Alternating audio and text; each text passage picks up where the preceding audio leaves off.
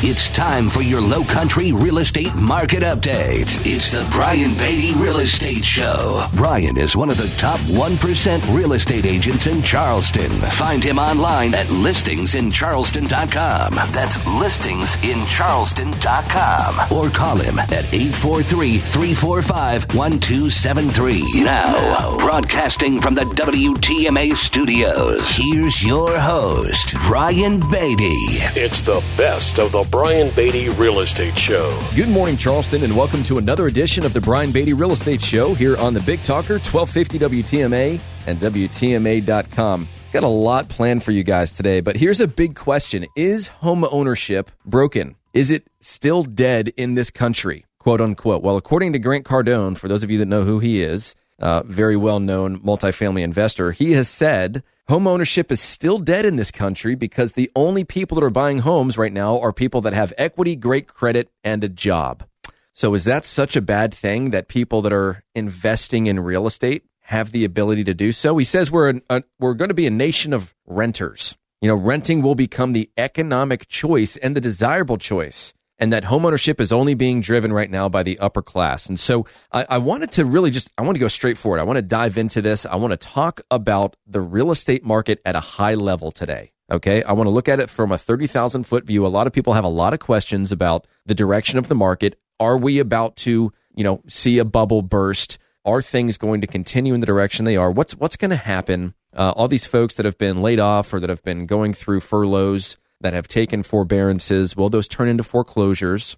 And so, I tell you what, first, before we get into any of that, if you want to reach out to me, let me just get this out of the way. If you want to give me a call, you want to talk about the real estate market, you want to talk about your specific situation, you're interested in buying, selling, or investing in real estate. Obviously, we sell real estate throughout the week. We'd love to help. We've sold over 1,100 homes here in the Charleston area, top 1% of agents for over a decade now. My number is 843-400-8009, 843-400-8009. Or you can visit us online, listingsincharleston.com. That's listingsincharleston.com. A lot of great information there, a lot of great resources. Listen to the show that I've been on for, it's been 8 years now I've been on this program. You can look at the MLS, find out how much your home is worth, look at some of our incentives like our Renovate to Sell program or Sell Your Home on Your Own with our For Sale by Owner program. Lots of great stuff out there, listingsincharleston.com. So let me just kind of tee this up for a quick second, and I'm going to introduce the guest. So I called my buddy Derek, and I said, hey, I need you to nerd out with me for a few minutes as we just talk through what's going to happen in this real estate market. And I had some questions, and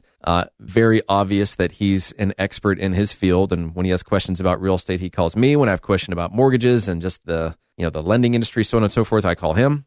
And so I said, let's look at a few things here. Number one, interest rates are what? 3%, sometimes below 3%. Banks have to be making very little money on these loans. And so, are they just pumping out these loans to keep the wheels turning? Are they actually turning a decent profit on it? And then what happens when all of these properties that have been purchased over the past, let's say, few years that don't have a significant amount of equity go into forbearance? And, for 3 months at a time, they can basically kick the can down the road, not make payments, and do that up to a year. But what happens when they can't pay at the end of a year? What happens if after several months their situation hasn't improved? How's that going to impact banks? How does that impact the bigger picture for our market? You've got some real economic headwinds that I think we should be talking about, or at least be aware of. And so I'm going to bring Derek into the conversation. This is Derek Goulet with Fairway Independent Mortgage.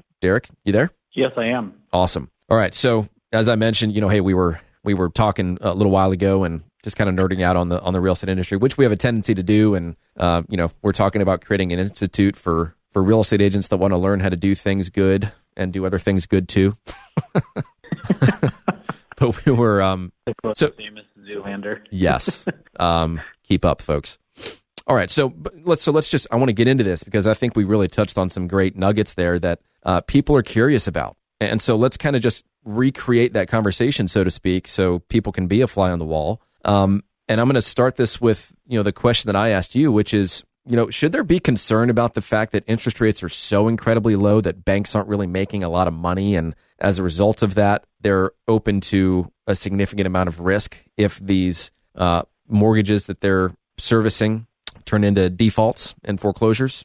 So kind of as I said earlier, just to kind of repeat it, the reality is banks are making some money. Volume is way up, and that leads to more overall dollars in profit. But as I kind of said earlier as well, profit per deal is down. We are kind of in an environment where we're just trying to keep up with the demand and service the need of the customer. And when rates are this low, there's not as much room to make money like in times past. Does that make sense? Yeah, well, you talk to basically any real estate agent or loan officer out there, and they're saying they're having the best year ever, which who would have thought that would have been a side effect of, a pandemic, coronavirus. But what I want to touch on are all the folks that have this, the sky is falling mentality, and is there validity to that? And I've talked about it on this program, but I'd like to talk about it, really more from your perspective, what you believe and what you're seeing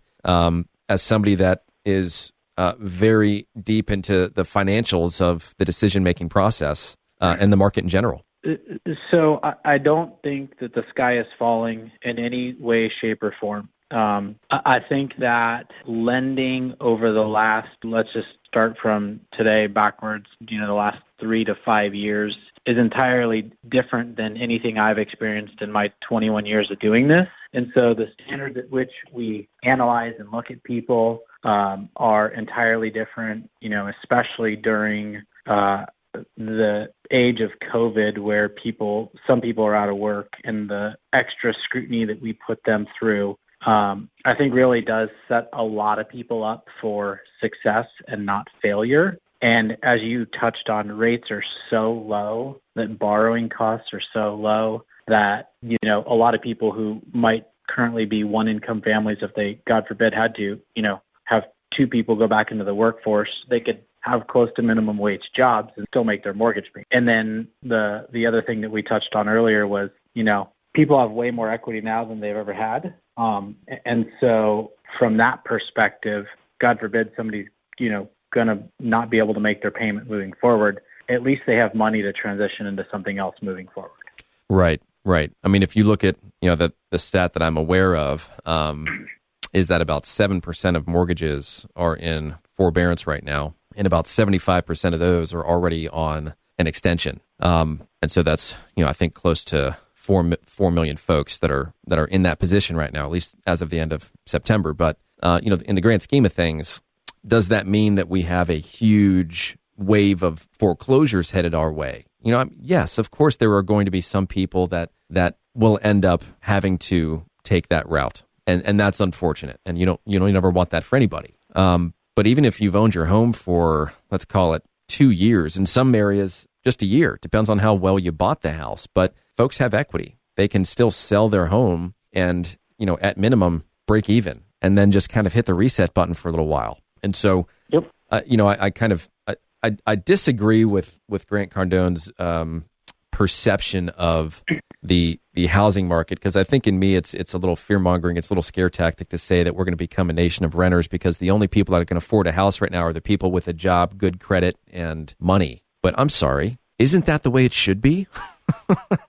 I mean, I would say that that's just unequivocally not true. I mean, there's still low down payment. If you really have to go that route, there's down payment assistance programs available in almost every state out there. Specifically, there are some in South Carolina as well. And then, I mean, again, rates are so low that what people are paying in rent, they can get a pretty decent house with not a lot of capital out of pocket. So yeah, I've got a friend right now that's renting downtown for $1,800 a month, and he says, "Hey, I just need a simple 2-bed, 2-bath townhouse. I'm unmarried. I want to be in Mount Pleasant. It's where I work." We can get him into a place in between the mortgage, the taxes, the insurance. He's at $1,100 a month, $1,200 a month. It's insane how the difference there. And obviously, he's paying a little bit of a premium to be downtown now versus moving to Mount Pleasant in a bit of a different setting. But still, that's a significant savings, and you have the benefit of homeownership. So I think for a lot of folks out there, it's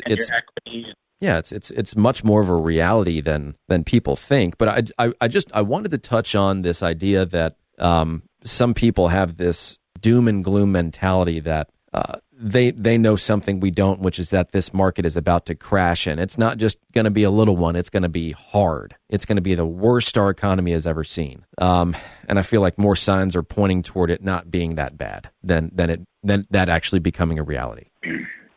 And I totally agree with that. The factors that led to the housing bubble in 2008 are not even anywhere close to prevalent today. 2008, you had mortgages with no income, no asset documentation, 100% financing. And we had 5 straight years of 20% plus appreciation. And we don't have any one of those 4 factors today. Right.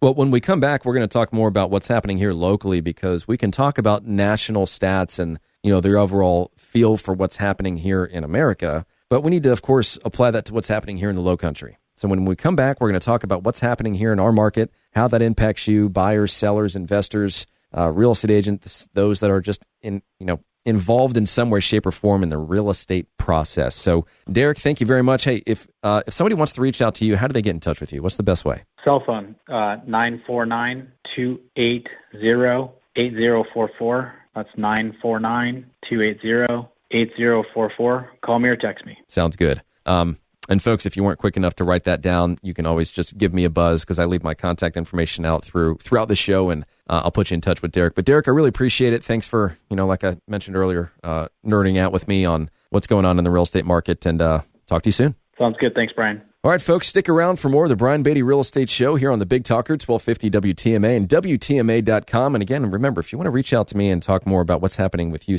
your specific situation, your plan, you want to talk more about the idea of buying right now, selling right now, what that looks like, what you should be thinking about, preparing for, where the opportunities lie, feel free to give me a call, 843-400-8009. That's 843-400-8009. Or go to my website, listingsincharleston.com. That's listingsincharleston.com. Stick around, folks. We'll be right back. Hear the Brian Beatty Real Estate Show every Saturday morning at 9 and each Sunday morning at 10 on 1250 WTMA and WTMA.com. 1250 WTMA.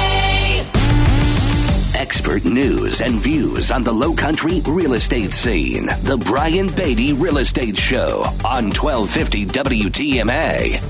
You're listening to the best of the Brian Beatty Real Estate Show. Welcome back to the Brian Beatty Real Estate Show here on the Big Talker, 1250 WTMA and WTMA.com. I'm, of course, Brian Beatty, your host. And big shout out to Derek Goulet with Fairway Independent Mortgage for talking through really the big picture of the market right now. And I got to say that when major changes like this take place, when there are major headwinds to our market, when the sea gets a little rough, you have all different kinds of folks that come out. That you have folks that are saying, we'll be fine. You have other folks that are saying the sky's falling and the market's going to crash, and here are all the reasons why. And then you have some folks that are like, it's going to get a little worse before it gets a little better, but we'll be okay. And I'm middle ground on this, just so you know where I stand on it, from the things that I've seen and experienced and read. And you guys know that I'm, this is what I do. I'm an expert in residential real estate in Charleston. But of course, in order to be that, I need to understand what's happening regionally, nationally, how that impacts us here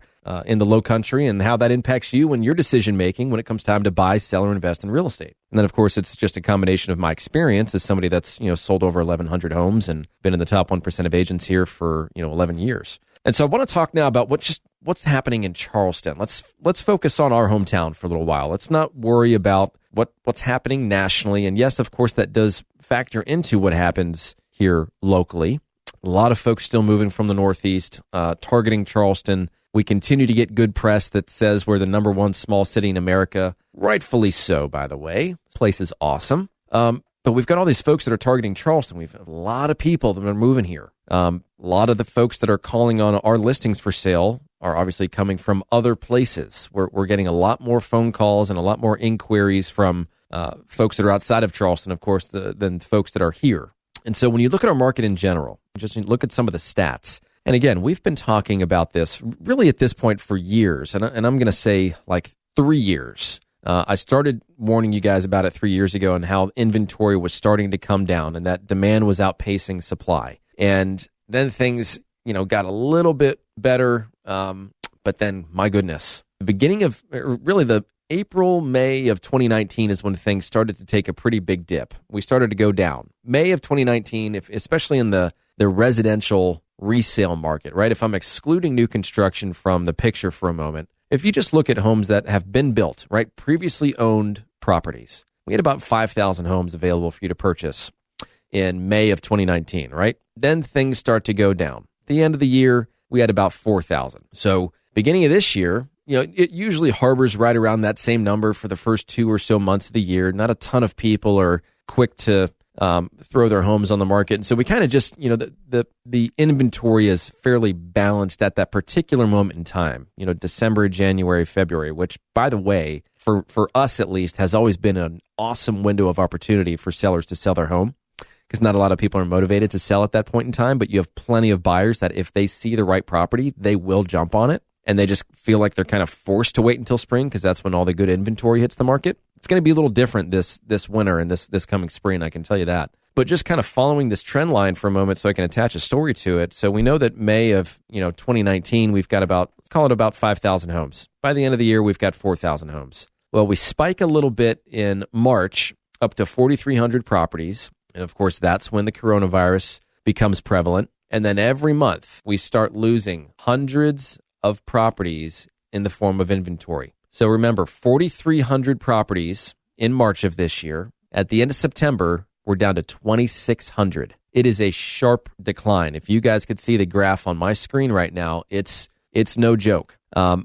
so we've had all these homes for sale that have essentially disappeared from the market. And so then we start to look at, all right, well, where are they going? Are they just coming off the market and not selling? Are people freaked out and said, hey, I'm not having anybody come through my house right now. We're hitting the pause button. Well, yes, you have some people that have said that, but we went from putting, let's call it 1,000-ish properties under contract, 11 or 1,200 or so in the first few months of the year, to then we put 1,800, 1,900 properties under contract. And we've been doing that. May was 1,700, June 1,900, 1,850, September 1,700. I mean, the biggest spike we have had since I can see data, decades. More properties we've ever put under contract in the history of Charleston. And so we were absorbing all of this inventory at alarming rates. And folks that are, following everything that's happening in the world as it relates to this pandemic are saying, I don't know if I want to deal with the process of having people walk through my house right now. And then, of course, on the other side of it, you've got all these folks that are saying, look at what's happening in this market. People are going crazy for these homes, paying, great amounts of money for properties. I'm going to take advantage of this. It's time for me to sell. It's time for me to cash in my chips, go and transition to something else and call it a day. Buy low, sell high. And, even if they, especially for folks that are downsizing right now, man, it makes a lot of sense for folks to go ahead and cash in their chips, sell their property. There are so many areas out there in Charleston where there's nothing available for sale. And we go on some of these appointments and we go to pull comparable sales. And now, thankfully, we have all of these records of homes that have sold in their neighborhood because it gives us a good indication of what people are actually willing to pay for properties, rather than in a buyer's market where there's really not a lot that has sold, but there sure is a heck of a lot for sale. But either way, you're either looking at what people have been willing to pay for properties in the past, which is a more accurate way of doing it, or you're looking at what everybody else is asking for their home and how you can be more competitive. How you can essentially cut your competition out at the knees and be the one that the buyer chooses. Well, right now, in a lot of areas, you're the only one that they can choose. Because if somebody's looking for something like what you have, yes, there might be other properties on the market, but think about all the different neighborhoods here in Charleston that range from a home that has 1,300 square feet to 3,500 square feet, or, 2,000 to 6,000. There are all these different areas of Charleston that have a lot of variety, which is frankly what makes selling real estate here and just owning property in Charleston so cool. We're not this big cookie cutter community. We've got a lot of variety. We've got some, we've just got all different types of properties. We've got beachfront, we've got waterfront, we've got historic, we've got, urban sprawl, we've got downtown, we've got all kinds of stuff. So equestrian properties, and we sell them all. We love doing it. But if you look at just what's happening in this market, we're absorbing inventory at an alarming rate, so much so that our month's supply of inventory, which is really what we use to kind of measure the health of a real estate market, is now sitting at 1.9 months supply of inventory, meaning if nothing else hits the market, we're out. We're out of inventory in 2 months. This time last year, it was literally more than double that. It was at 4 months, which is still a seller's market. A balanced market where there's no real upward or downward pressure on pricing is about 6 to 8 months supply of inventory, probably a little closer to 6 months of inventory. But obviously, the more expensive the home, the longer they take to sell because the less buyers there are for properties like that. And so month's supply of inventory is now down 53% from this time last year. And so everybody always asks, well, what's the impact on pricing? Well, this time last year, our median sales price, and I'm going back to September, but our September median sales price in the Charleston Tri-County area was $263,000. At the end of September, it was at $300,000. That's up 14%. Now that's the median. The average has us at 27%. It's unbelievable what's happening in this market right now, and then the reality is it's making it very challenging for buyers to make an offer that frankly they feel good about. And that's the challenge right now. Is anybody can go into a property that they like and say, okay, well, I'll just give them what they want, or I'll give them a little more than what they're asking so that I can get the house. But you don't want to just throw something at them that they're going to take if you don't feel good about it, right? Everybody's still, no matter what, they want a deal. Well, obviously in an environment like this, sometimes the deal that you get is just getting the house. You're the one that won. You got the house. And realistically speaking, if you had to go over, if you had to spend a few $1,000s more than what you wanted to spend, the monthly implication on that, because interest rates are so incredibly low, boils down to, an extra sandwich or two that you can't eat a month. It's $5, $10, $15. And so people are willing to take on that risk to get the home that they want so that they can lock into an interest rate that's sub 3% for the next 30 years. And so I think that people always tend to focus on the price. And that's why things always get so close when we're negotiating. And we have these standoffs between folks for $1,000 or $2,000, or obviously the more expensive the property, the bigger the gap.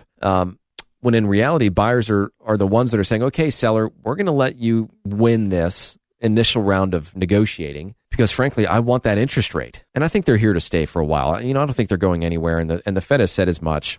So I wouldn't be alarmed or listen to, doom and gloomers that are saying, hey, we could be at 5% by the end of the year. I literally had somebody that I was following say something like that. And I was like, all right, well, you're an idiot. I'm not following you anymore.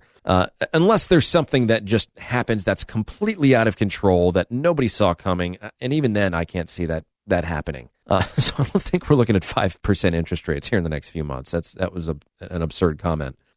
So what do we do? Where do we go from here? If you're a seller, what's the game plan? If you're a buyer and you want to buy, how do we go about navigating a market like this? How do we find opportunity? How do we feel good about making an offer on something? And really the headliner for buyers is, how do we find the properties? How do we find the ones that everybody doesn't know about yet? So we're going to talk about that when we come back. This is the Brian Beatty Real Estate Show here on the Big Talker, 1250 WTMA and WTMA.com. And remember, if you want to reach out to me and talk more about your situation, you're thinking about buying, selling, investing in real estate, we'd love to help. I'd love to personally talk with you about that. My personal number is 843-400-8009. That's 843-400-8009. Or send me an email, brian@brianbeattyteam.com. And of course, visit us online, listingsincharleston.com. That's listingsincharleston.com. Stick around. We'll be right back.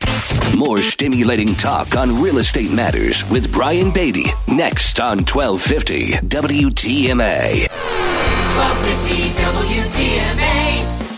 Now, here's more of the Brian Beatty Real Estate Show on the Big Talker, 1250 WTMA.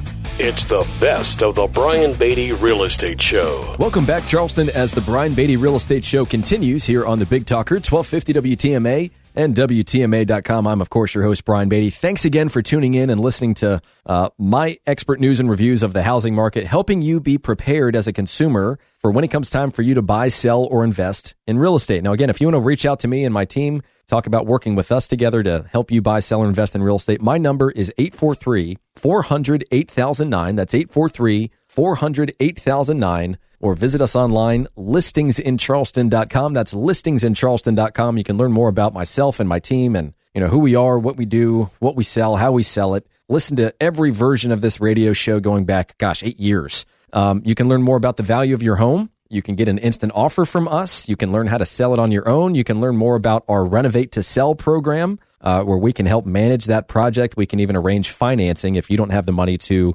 put into your own home to try and sell it for more, sell it for profit, essentially flip your own home. So Listings in Charleston, again, is the website for that. So I want to talk about what I was alluding to right before the break, which is all these buyers out there that they want to buy something, they want to move, they realize that the home they're in just isn't going to work for them long term.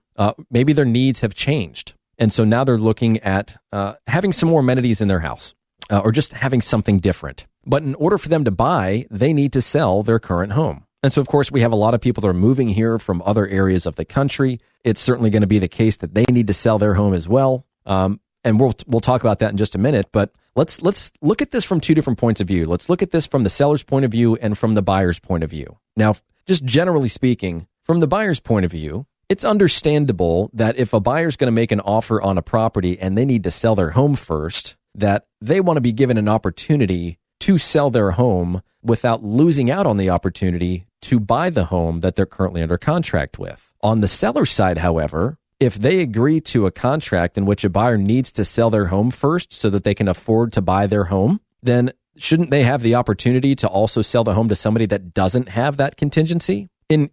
As far as contracts are concerned, when somebody wants to make an offer and it's contingent upon their home selling in order to buy another property, there's an addendum to the contract, and it's called the buyer's sale contingency addendum. And I would never bore you by reading language on these addendums because, I'd put you to sleep and a lot of you in your car, and that just wouldn't be good. Not good for business. But I do want to explain how this works. Now, from a buyer's perspective, let's focus on the buyers. You're going to be in, a few different positions here. Either you have found a home that you want to buy and you need to put your home on the market, accept an offer, and have that offer close before you can buy the house. It might already be on the market and you're just waiting for an offer, or you might be under contract already and you now need to find a replacement property because at some point in the next 30, 45, 60 days, your home will be sold and you won't have anywhere to go. So when you think about the strength of your offer, which of the three is the strongest in the eyes of the seller? Well, of course, it's the one in which your home is already under contract. The only problem is you're cutting it pretty close. We have done over 1,100 transactions, and I'm very proud to say that we have never once made anyone homeless. We have never once had a position or a situation where we put somebody in a position where their home sold and something else didn't also get purchased in tandem with that transaction.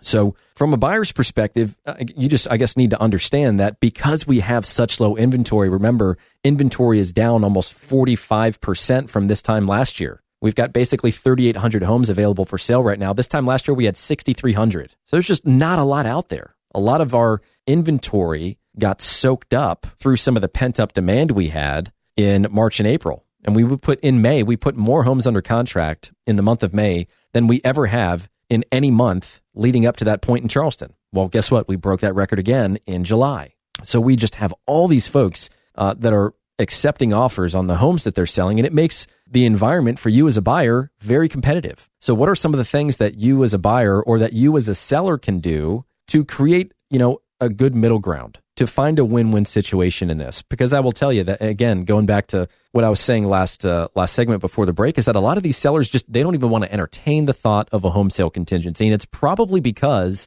they had a bad experience or someone they know had a bad experience with an agent that just didn't protect them properly.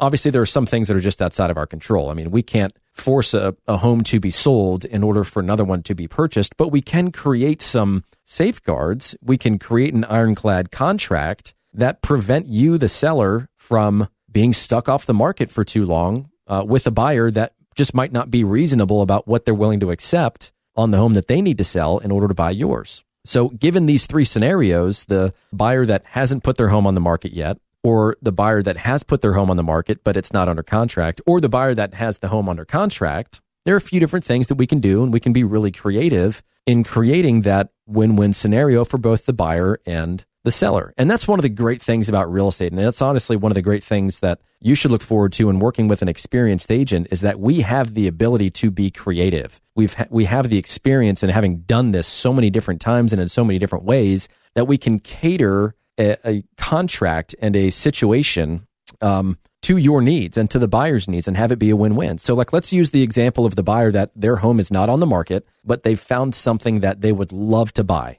but they have to put their home on the market. They have to accept an offer on it and it has to sell. So going back to what I was mentioning earlier about this addendum will say that let's say that this buyer that doesn't have their home on the market yet makes an offer to a seller. It's contingent upon them actually closing on their home.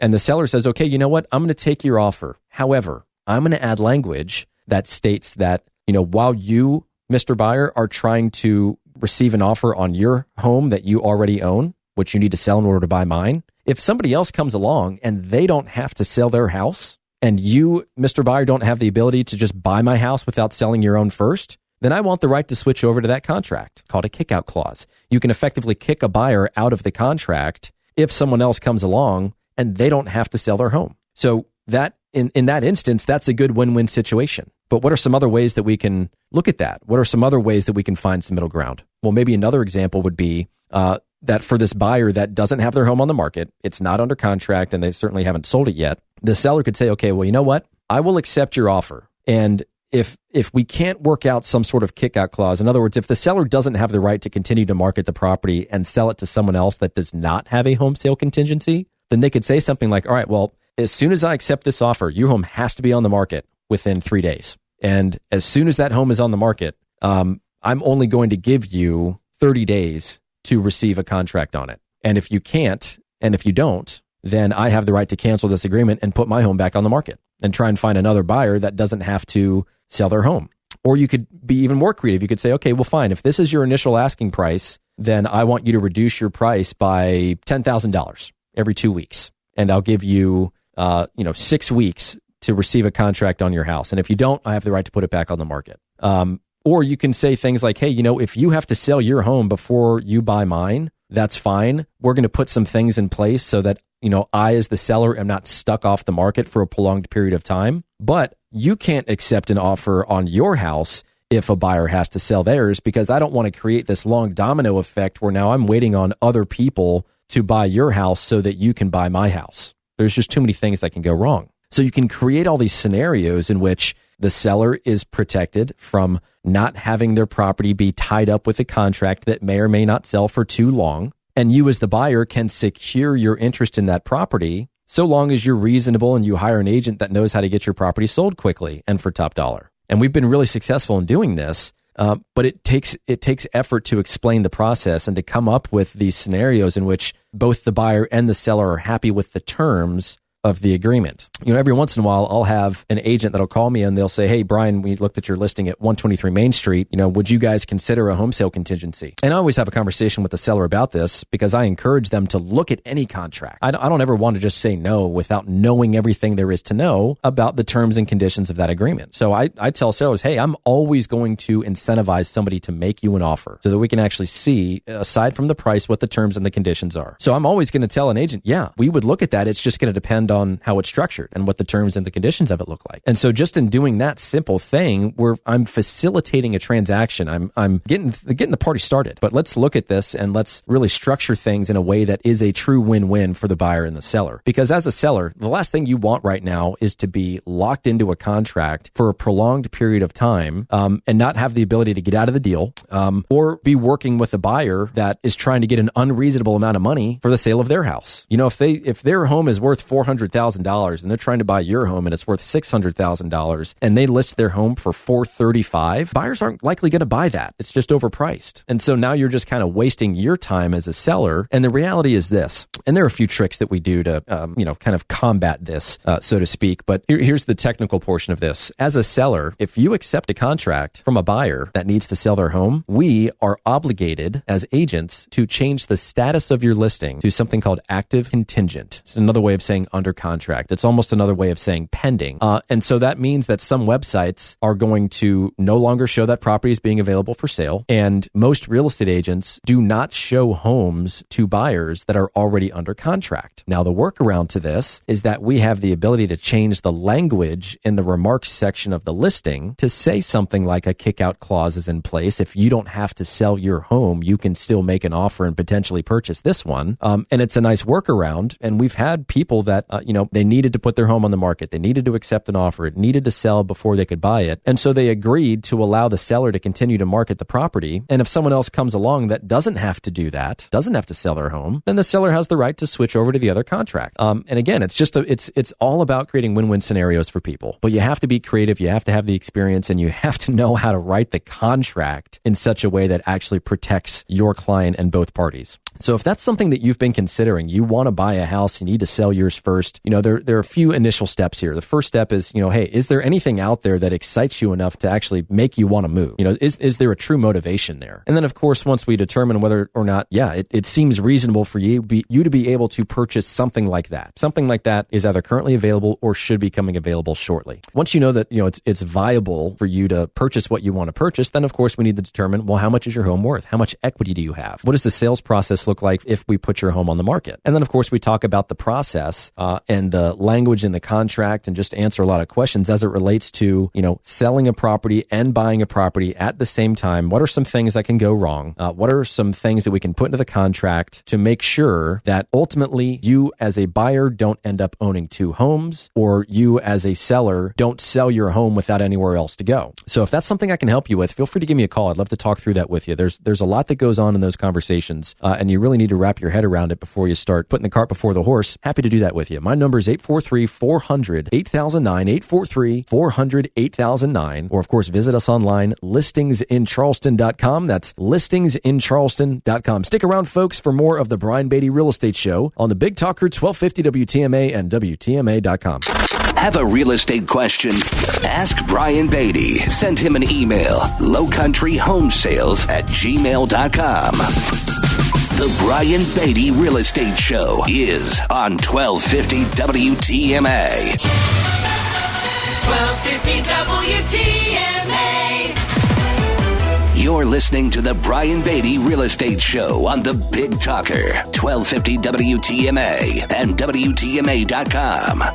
You're listening to the best of the Brian Beatty Real Estate Show. Welcome back, Charleston, as the Brian Beatty Real Estate Show continues here on the Big Talker, 1250 WTMA and WTMA.com. To those of you that listen to this program, rely on the information within it, I really do appreciate those of you that call and ask questions, and, of course, provide us with an opportunity to earn your business as your real estate agent, but also just to help you from a real estate perspective, whether that be letting you know who to call for a specific issue, or talk you through the process of just planning for a move. Not everybody we talk to has to be ready, willing, and able to buy or sell or invest in real estate. And of course, we do the show to help you prepare mentally for the process, understand what's going on in the market, and just help you better understand what you need to start thinking about in preparation for that move. So if you'd like to reach out to me and talk with me about that, 843-400-8009 is my cell. Call or text that number, 843-400-8009. Visit us online, listingsincharleston.com. That's listingsincharleston.com. So,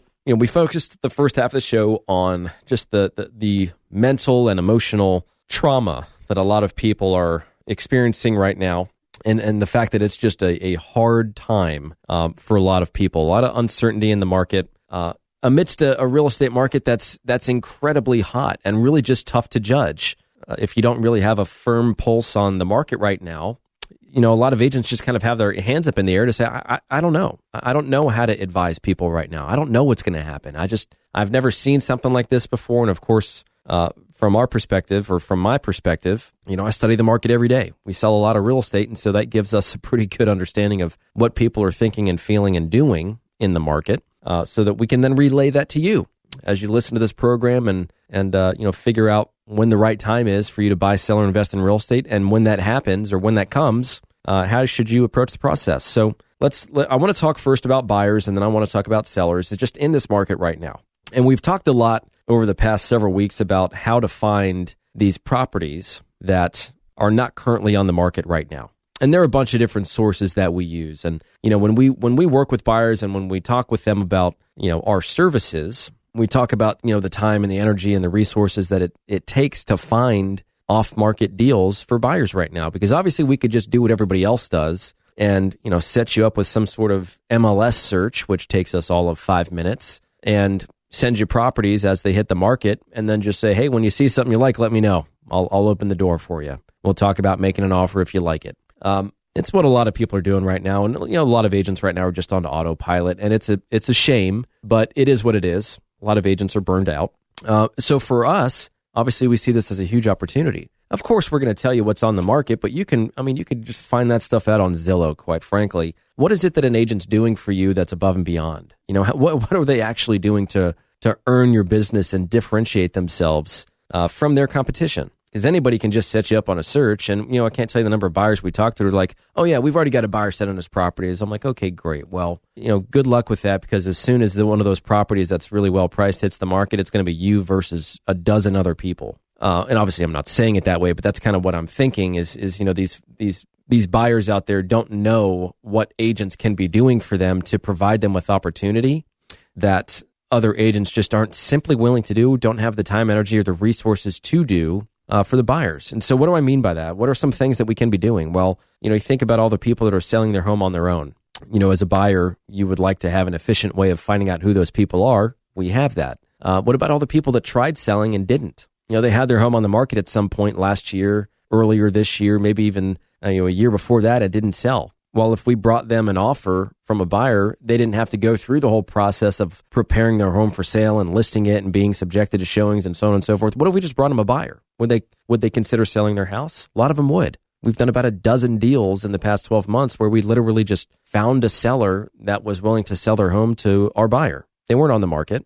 We just picked up the phone and started making phone calls, and obviously we did it in a very targeted way. I won't tell you how we do it because we've got a bunch of agents that listen to this show, but there are a bunch of other ways that we proactively find people that have properties similar to what you're looking for. We can track online behavior. We can track home characteristics. We can match those things up and find people that would sell a home that matches your criteria. And all of that, is pretty complicated, quite honestly. There's a big learning curve there. And you as a buyer certainly aren't going to take the time to understand that or create that process. It would cost you way too much money. So we use all of that to our advantage to provide opportunities to our buyers that they can't provide to themselves. And so let's say we find one of those homes, we want to make an offer, but even with everything that we've done, someone else still is at the table. We're now in a multiple offer situation, which is happening more and more and more. It really is becoming the norm. We took a little bit of a break off from that kind of last year. And then here we are again, because inventory is just so darn low right now. I think that, we're somewhere between 3,700 properties available for sale. As a reminder, not a decade ago, we had over 12,000 properties available for sale in our market and half the number of agents. There were 4 properties for sale for every agent in our market. Now there's 2 agents for every property for sale.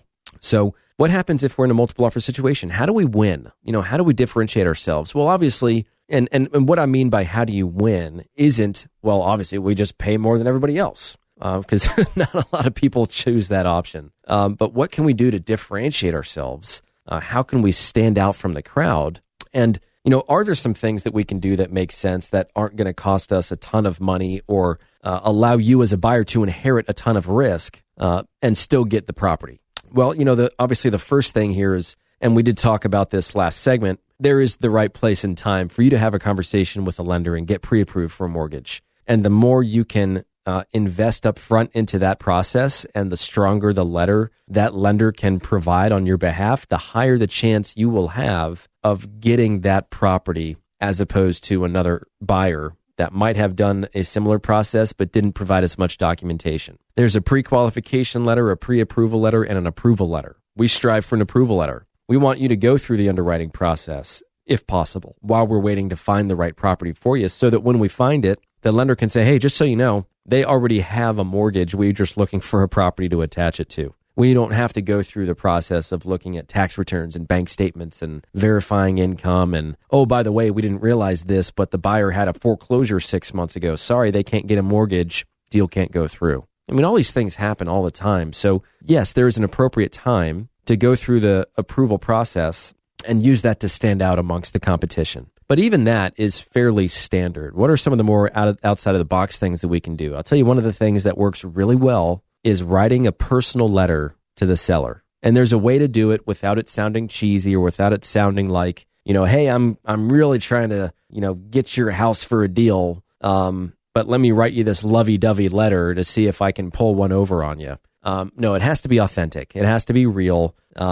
And, if writing is not your strong suit, we have a bunch of examples that we've used in the past that really did work. And I'll tell you, last week, perfect example. Last week, one of my buyer agents was in a situation where there were 11 contracts on this one particular house. She was one of 11. Our buyer got the property. Now, we wrote a letter, but we also did a few things contractually that allowed us to gain favor from the seller. But the thing that we did that was the most important thing, which is something that, frankly, our industry is horrible at, was we just communicated.